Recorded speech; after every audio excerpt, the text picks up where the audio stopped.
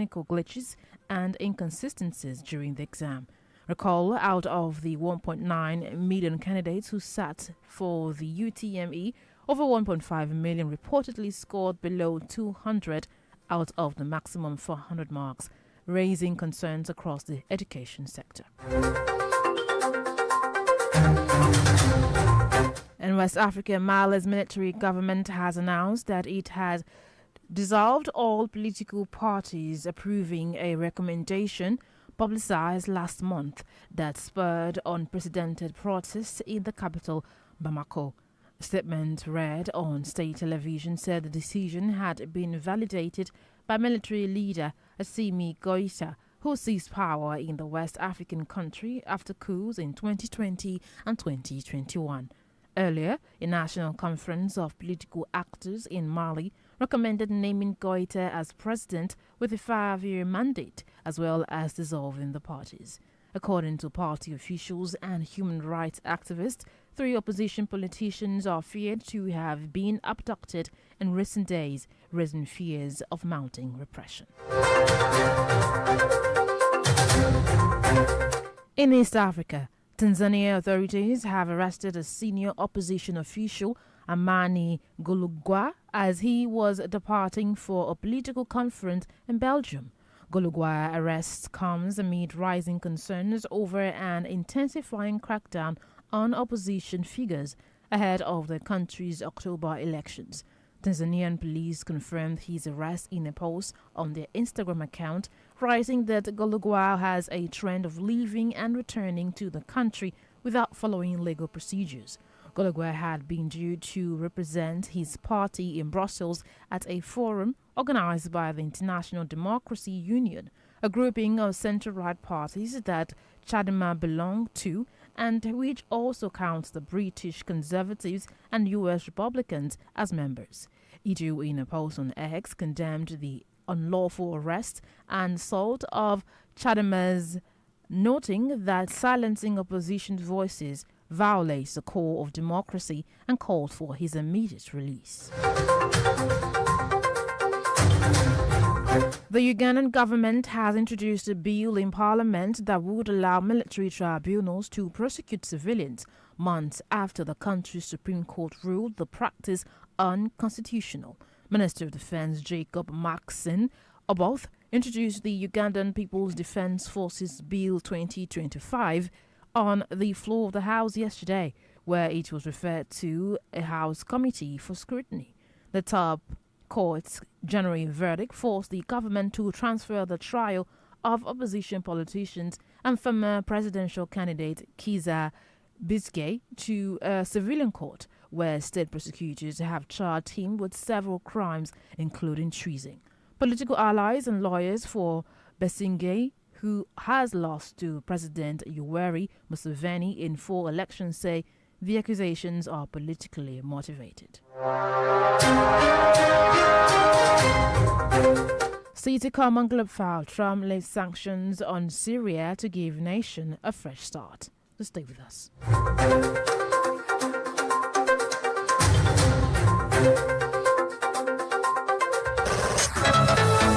You can listen to Adami Mogo 93.1 FM from any part of the world. Download the Adami Mogo 931 FM app from Google Play Store and Radio Garden, and follow us on Adami Mogo 93.1 FM on Facebook, Twitter, and Instagram. If you have eyewitness stories or exclusive to share, contact the Adami Mogo FM newsroom via mail at newsroom@adamimogofm.com, or you can dial 070-634-03583. You can dial 090-319-69629. Adami Mogo 93.1 FM Lagos, voice of the light.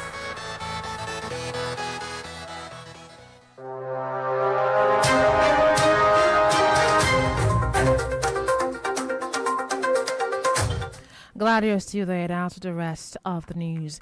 U.S. President Donald Trump has praised the Gulf countries for creating a stable, peaceful and prosperous Middle East as he joined the Gulf leaders for the summit of the United States and Gulf Cooperation Council members in the Saudi capital, Riyadh. Trump urged Syria's President Ahmed al-Shara to normalize ties with Israel during his meeting on the sidelines of the GCC U.S. summit after the U.S. president announced the lifting of sanctions on Syria, prompting jubilation in the masses. And very importantly, after discussing the situation in Syria with the Crown Prince, your Crown Prince, and also with President Erdogan of Turkey, who called me the other day and asked for a very similar thing, among others, and friends of mine, people that I have a lot of respect for in the Middle East, I will be ordering the cessation of sanctions against Syria in order to give them a chance at greatness. The sanctions were brutal and crippling and served as an important function, nevertheless, at the time, but now it's their time to shine. And very importantly, Trump received a lavish welcome in Saudi Arabia yesterday, the first day of his trip after the two countries signed a $142 billion defense sales agreement as part of a Saudi Arabian commitment to invest $600 billion in the United States. Trump's four-day visit to the Gulf region continues today with a trip to Qatar before he travels to the United Arab Emirates tomorrow.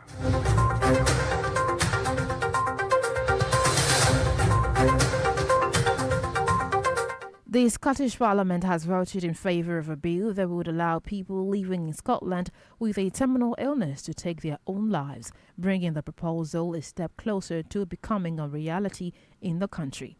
It comes after a historic vote last year in the British Parliament in which lawmakers backed a bill to allow assisted dying in England and Wales.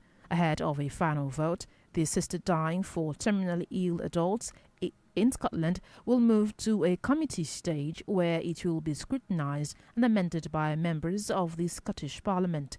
Scotland would join countries such as Switzerland, Canada, New Zealand, Austria and Ecuador in allowing assisted dying in certain circumstances if the legislation is passed.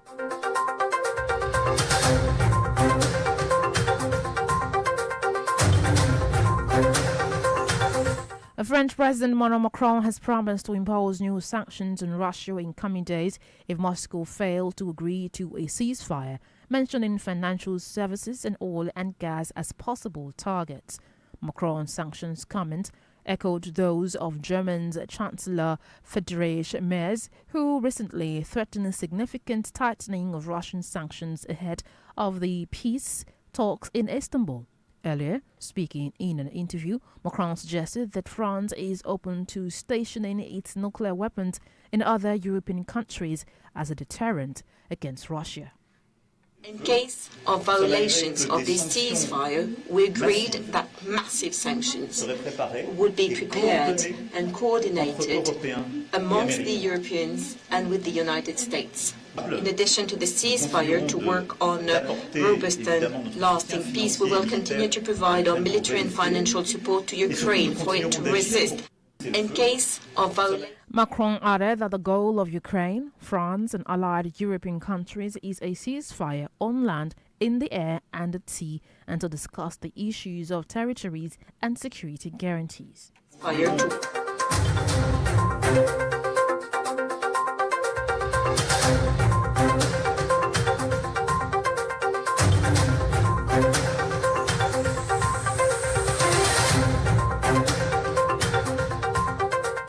A former leftist rebel who became Uruguay's president from 2010 to 2015, Jose Pepe Mujica, has died at the age of 89.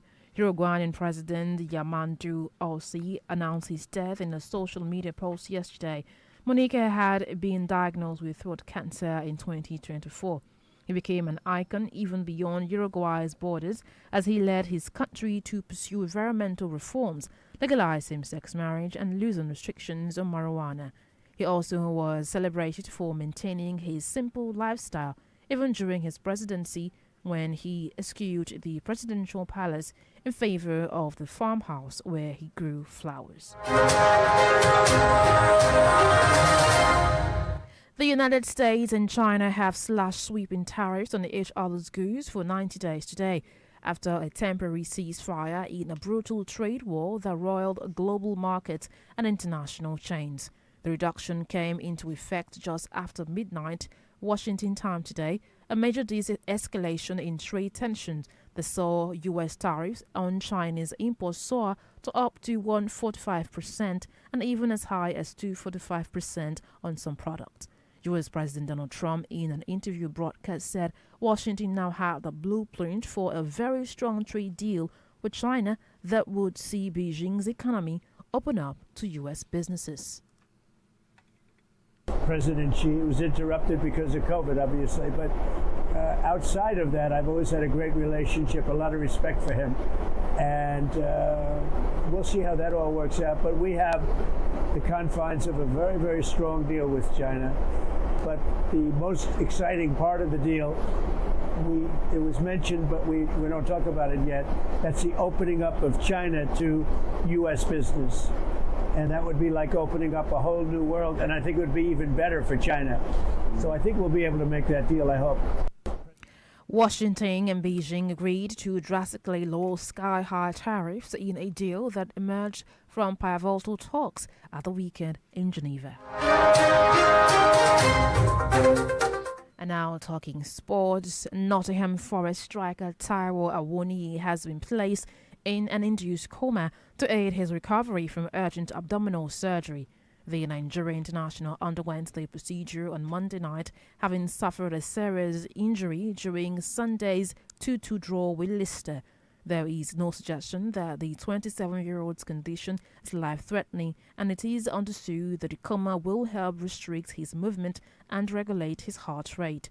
Awoniyi collided with a post late on against the Foxes and received several minutes of treatment before being allowed to return to action. Before I bring Globe Fast to an end, here is a recap of the biggest stories. The Joint Admissions and Matriculation Board will tomorrow review the results of the 2025 Unified Tertiary Matriculation Examination following what it described as unusual public complaints. We told you that the Ugandan government has introduced a bill in parliament that would allow military tribunals to prosecute civilians months after the country's Supreme Court ruled the practice unconstitutional. It is also in the news that the U.S. President Donald Trump has praised the Gulf countries for creating a stable, peaceful and prosperous Middle East as he joined the Gulf leaders for the summit of the United States and Gulf Cooperation Council members in the Saudi capital, Riyadh. And that's Globe Fowlers produced by Olushola Morris. To join us at 2 o'clock for more stories on the briefing on our Dami Mogo 93.1 FM. Lagos. I am Ogboi Mark. Good afternoon.